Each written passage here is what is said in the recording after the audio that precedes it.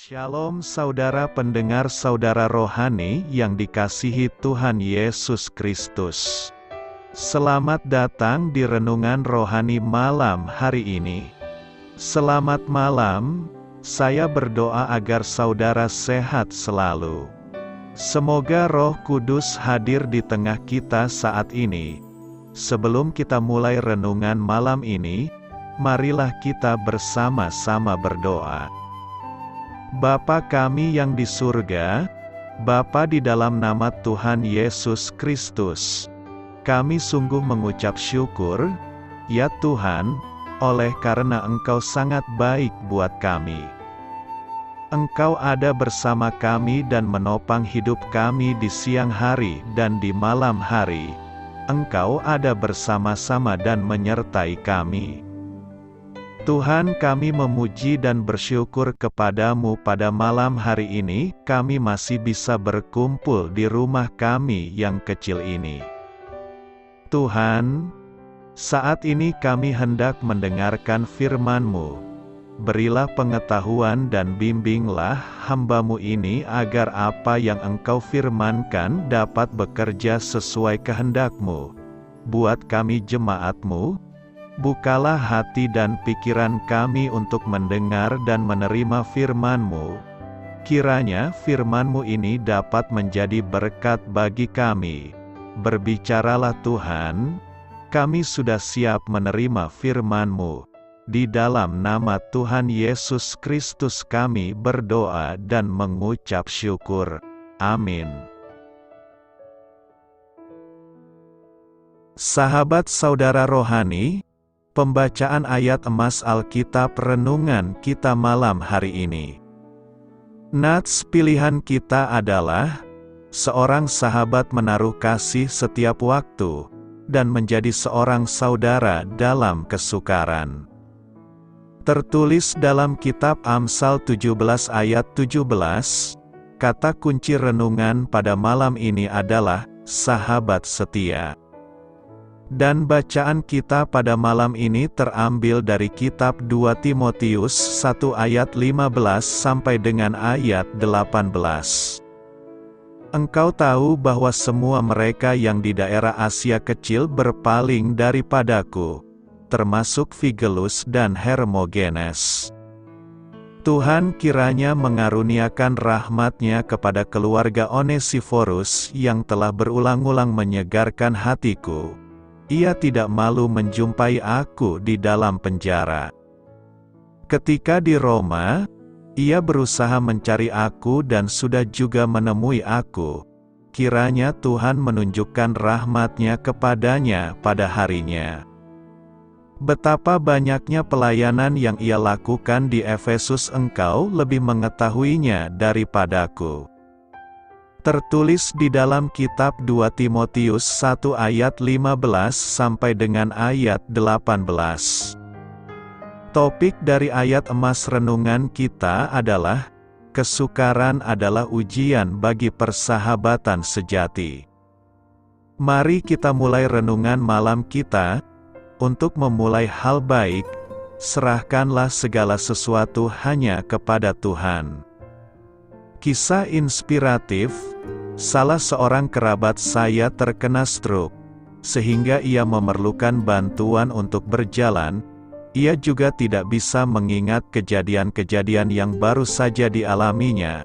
Suatu hari, istri saya Gini menyarankan agar kami mengajaknya keluar untuk makan malam. Saya ragu apakah itu perlu. Karena setelah itu ia tidak akan mengingat apa yang telah kami lakukan. Gini berkata, ketika kita bersamanya, ia akan tahu bahwa kita mengasihinya. Benar sekali. Kita semua ingin mengetahui bahwa kita dikasihi. Saya teringat jawaban dari seorang jompo berusia sekitar 90 tahun yang tidak pernah keluar rumah. Ketika saya menanyakan kabar cucu-cucunya, ia berkata, "Tidak tahu, saya tidak pernah melihat mereka." Rasul Paulus terkunci di dalam penjara bawah tanah yang lembab di Roma, menanti hukuman mati. Ia merasa menderita karena teman-temannya telah meninggalkannya. Namun, ia sangat bersyukur karena persahabatannya dengan Onesiforus. Orang ini meninggalkan keluarga dan pelayanannya yang aktif di Efesus untuk menemani Paulus. Ketika tiba di Roma, dengan cermat ia mencari tempat Paulus dipenjarakan, dan ia dengan berani mengunjungi Paulus berkali-kali. Tentang Onesiforus, Paulus berkata, "Ia berulang-ulang menyegarkan hatiku. Ia tidak malu menjumpai aku di dalam penjara." Ingatlah, seorang sahabat menaruh kasih setiap waktu, khususnya di waktu kesukaran. Seperti Onesiforus, marilah kita berkomitmen untuk setia kepada sahabat-sahabat kita. Kasut kerelaan, Efesus 6 ayat 15 berkata seperti ini, "Kakimu berkasutkan kerelaan untuk memberitakan Injil damai sejahtera." Kasut merupakan sejenis sandal atau alas kaki yang diikat tali, yang dipakai prajurit Roma agar mampu berjalan lebih cepat dan sanggup menempuh jarak yang jauh. Kasut menggambarkan mobilitas bergerak yang baik, kemampuan bergerak kemanapun, serta siap sedia setiap saat untuk memenuhi panggilan atau keinginan komandan. Secara rohani, komandan kita adalah Tuhan. Jadi, seberapa cepat kaki kita bergerak untuk memenuhi panggilan Tuhan? Kasut rohani ini berbicara tentang hati yang rela untuk mengabarkan Injil damai sejahtera. Kerelaan hati berbicara tentang siap sedia setiap saat untuk memenuhi panggilan Tuhan. Matius 26 ayat 41, "Berjaga-jagalah dan berdoalah, supaya kamu jangan jatuh ke dalam pencobaan. Roh memang penurut, tetapi daging lemah.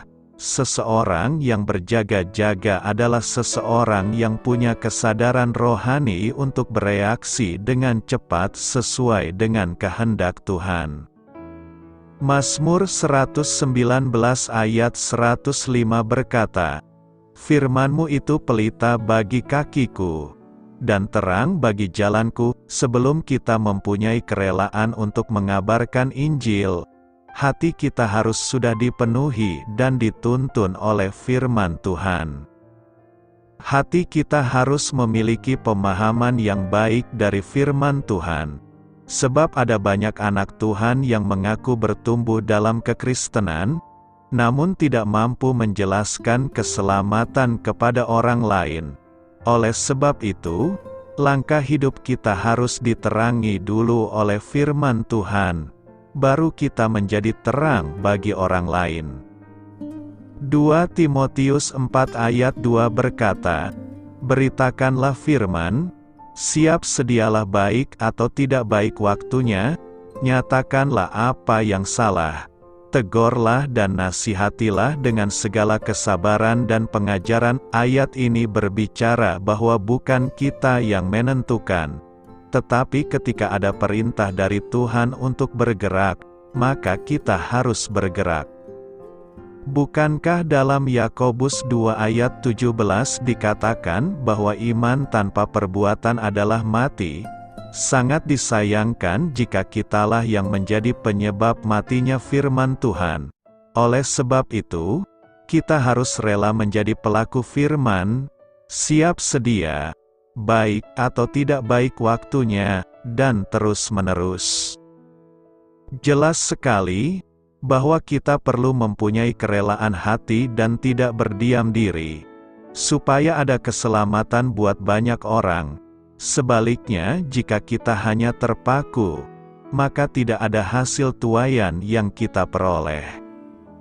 Kasut kerelaan mengabarkan Injil damai sejahtera meliputi 4 hal, yaitu: pertama, memberkati yang terhilang.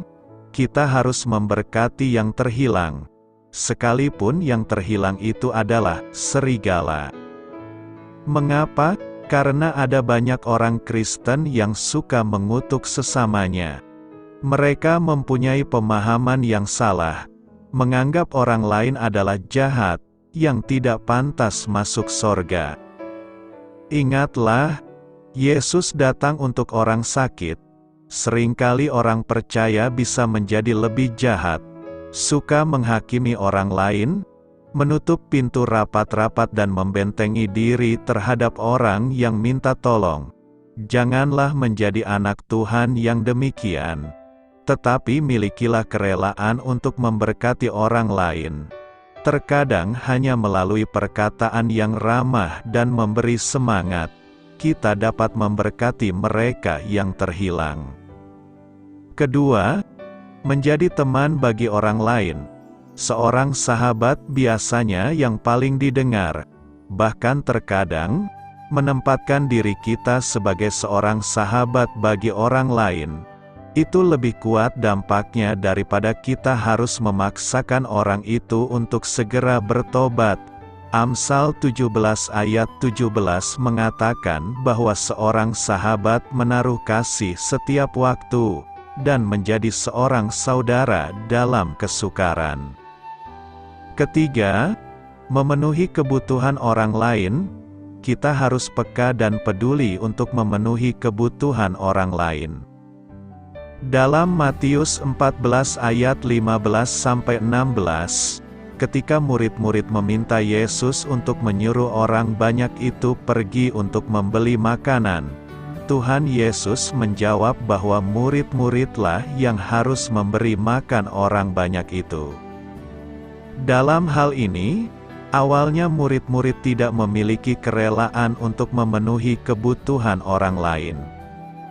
Tetapi setelah Tuhan Yesus menegaskan bahwa merekalah yang harus memberi makan orang banyak itu, maka kerelaan hati murid-murid untuk memenuhi kebutuhan orang banyak itu terwujud, melalui seorang anak kecil yang memberikan 5 roti dan 2 ikan, dan akhirnya mujizat pun terjadi, seluruh orang banyak itu pun dapat makan, bahkan ada sisanya. Jadi, dengan memiliki kerelaan untuk memenuhi kebutuhan orang lain, dapat mendatangkan mujizat bagi banyak orang. Keempat, memberitakan Injil. Tahapan terakhir tentang kasut kerelaan adalah memberitakan Injil. Artinya kita harus terlebih dahulu melalui tahapan sebelumnya, baru bergerak dalam tahapan memberitakan Injil. Hal ini dimaksudkan supaya kasut kerelaan kita benar-benar menghasilkan tuaian, yaitu jiwa baru yang diselamatkan. Karena itu, untuk menjadi kuat di dalam Tuhan, di dalam kekuatan kuasa-Nya, kita harus memiliki kasut kerelaan untuk mengabarkan Injil damai sejahtera. Menurut Alkitab, seperti apakah persahabatan sejati itu? Tuhan Yesus Kristus mendefinisikan sahabat sejati sebagai, tidak ada kasih yang lebih besar daripada kasih seorang yang memberikan nyawanya untuk sahabat-sahabatnya. Kamu adalah sahabatku, jikalau kamu berbuat apa yang kuperintahkan kepadamu. Aku tidak menyebut kamu lagi hamba, sebab hamba tidak tahu apa yang diperbuat oleh tuannya. Tetapi aku menyebut kamu sahabat, karena aku telah memberitahukan kepada kamu segala sesuatu yang telah kudengar dari Bapa-Ku. Yesus menjadi contoh yang sempurna mengenai sahabat sejati, karena Dia menyerahkan nyawanya untuk sahabat-sahabatnya. Apalagi, siapapun bisa menjadi sahabatnya dengan beriman percaya kepadanya sebagai juru selamat, sehingga mereka bisa dilahirkan kembali dan menerima hidup baru di dalam Dia. Kita juga dapat belajar mengenai persahabatan sejati dengan melihat persahabatan Daud dan Yonatan, anaknya Saul. Meskipun ayahnya memburu Daud dan mencoba untuk membunuhnya, namun Yonatan selalu membela Daud. Saudara akan menemukan kisah ini di kitab 1 Samuel pasal 18-20. Amsal juga merupakan sumber hikmat yang memadai untuk memahami apa yang dimaksud dengan persahabatan yang sejati itu. Seorang sahabat menaruh kasih setiap waktu, dan menjadi seorang saudara dalam kesukaran. Ada teman yang mendatangkan kecelakaan, tetapi ada juga sahabat yang lebih karib daripada seorang saudara. Untuk bisa mendapatkan seorang teman yang baik, kita harus menjadi teman yang baik bagi orang lain terlebih dahulu. Seorang kawan memukul dengan maksud baik, tetapi seorang lawan mencium secara berlimpah-limpah. Besi menajamkan besi, orang menajamkan sesamanya. Prinsip persahabatan sejati juga dapat ditemukan di kitab Amos. Berjalankah dua orang bersama-sama, jika mereka belum berjanji? Teman sejati itu akan sependirian dan sependapat. Teman adalah seseorang yang menjadi tempat saudara dapat mengungkapkan isi hati dengan kepercayaan penuh. Teman adalah seseorang yang saudara hormati dan yang menghormati saudara, bukan berdasarkan kelayakan tetapi berdasarkan kesamaan pikiran. Rasul Paulus juga mendefinisikan siapakah sahabat sejati itu. Sebab tidak mudah seorang mau mati untuk orang yang benar, tetapi mungkin untuk orang yang baik ada orang yang berani mati. Akan tetapi Allah menunjukkan kasih-Nya kepada kita, oleh karena Kristus telah mati untuk kita, ketika kita masih berdosa. Tidak ada kasih yang lebih besar daripada kasih seorang yang memberikan nyawanya untuk sahabat-sahabatnya. Nah, itulah persahabatan sejati. Selamat beristirahat malam dalam kasih setia Tuhan. Doa saya menyertai saudara sekalian, mari bertumbuh dalam iman bersama saudara rohani. Saya memberkati Anda agar sewaktu Anda mencarinya dari Dia, Bapa Surgawi Anda akan memberikan bagi Anda roti harian Anda. Dalam nama Yesus Kristus, Tuhan yang berkuasa atas alam semesta dan menuntun kita kepada iman yang menyelamatkan, Tuhan Yesus menyertai senantiasa. Terima kasih sudah berkenan mendengarkan renungan malam saudara rohani.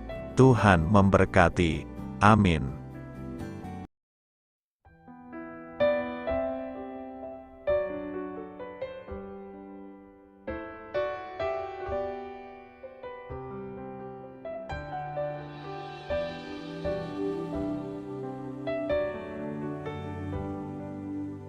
Marilah kita renungkan, sahabat saudara rohani, demikianlah renungan firman Tuhan malam hari ini. Semoga menjadi berkat di dalam hidup kita dan menjadikan kita pribadi yang lebih baik. Sebelum kita beristirahat pada malam hari ini, marilah kita berdoa. Bapa kami yang di surga, Bapa di dalam nama Tuhan Yesus Kristus, kami sungguh mengucap syukur, ya Tuhan, oleh karena Engkau sangat baik buat kami. Engkau ada bersama kami dan menopang hidup kami di siang hari dan di malam hari. Engkau ada bersama-sama dan menyertai kami, ya Tuhan Yesus. Kami mengucap syukur untuk firman-Mu, ya Tuhan, yang memberikan kami kekuatan dan menyadarkan kami bahwa kami tidak perlu takut dengan gelap dan malam. Sebab Tuhan, Engkau ada bersama kami. Engkau melindungi kami dan menjadi perisai bagi kami hamba-Mu berdoa saat ini.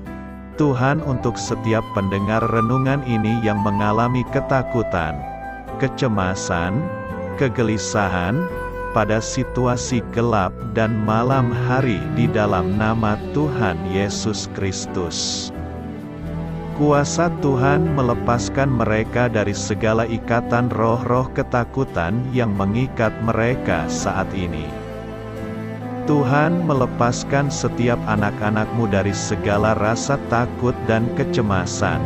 Di dalam nama Tuhan Yesus segala kuasa-kuasa roh jahat, kuasa setan iblis yang mengganggu anak-anak-Mu, ya Tuhan, tolong hancurkan dan halaukan dengan kuasa-Mu. Dalam nama Tuhan Yesus Kristus, berkati setiap kami anak-anak-Mu, ya Tuhan, dan lindungilah kami aman di dalam Engkau. Ya Tuhan, penuhilah setiap hati kami dengan keberanian, damai sejahtera, dan sukacita serta ketenangan yang dari Tuhan. Berkati kami di malam hari ini, saat kami tidur dan beristirahat. Kuasa-Mu, ya Tuhan, menaungi setiap kami, memberkati dan melindungi kami. Bangunkanlah kami kembali besok pagi dengan kekuatan yang baru, tubuh yang sehat diberkati Tuhan, dan berkat-berkat yang baru Tuhan sediakan bagi kami. Terima kasih, ya Tuhan, kami sungguh mengucap syukur untuk firman-Mu yang menguatkan kami. Dalam nama Tuhan Yesus Kristus Juru Selamat kami, Bapa kami yang baik, kami mengucap syukur dan berdoa haleluya. Amin. Biarlah firman Tuhan menjadi pengingat untuk kita semua, bahwa tuntunan dari Roh Kudus akan selalu memberi jalan keluar bagi setiap permasalahan hidup kita, dan memberi kedamaian di hati kita. Amin. Sampai jumpa di renungan malam saudara rohani berikutnya.